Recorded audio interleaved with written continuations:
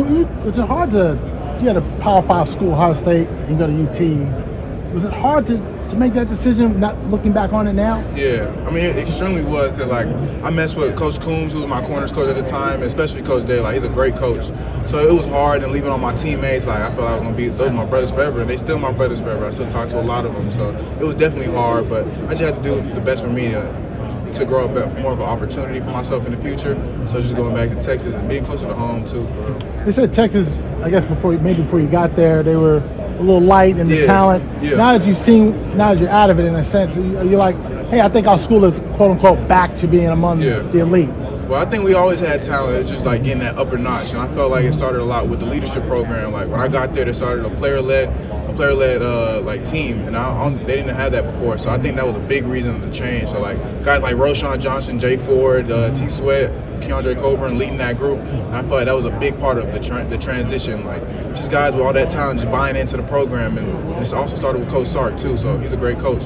How do you think that journey from Ohio State to Texas helped get you to where you are now? Oh yeah, learning to adapt, man. Learning from different coaches, and just the receivers I was able to go up against. Like I was in that room, spring 2021. They had everybody. They had J-Mo. They had Marvin.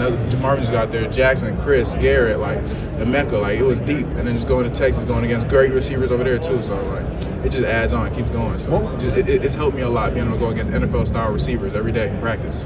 Was there a best receiver you went against in your college career? No, I mean I wouldn't say that. Like everybody has their great way. Like everybody's like unique in their own style. I like how Marvin and AD, the way they're twitchy at the line, like the way they like unorthodox. Like you can't predict their movements. X speed, Chris Lala speed, like Mecca all around balance. Jackson just quick. So it's like everybody has their own different sense. Like so to every corner is going to be a different like who's going to be harder to guard for like each individual player. You mentioned that you've kept in touch with some of those guys from Ohio State. What's it like seeing some of them here this week?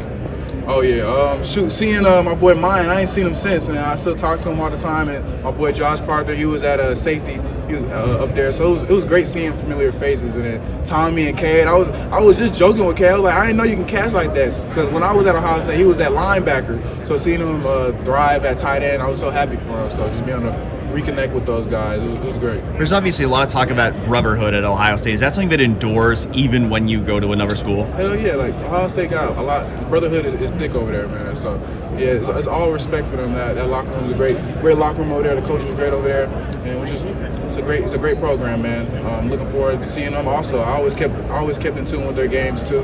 So I still got all love and respect for everybody at Ohio State, man. I never had no bad blood with nobody over there. So.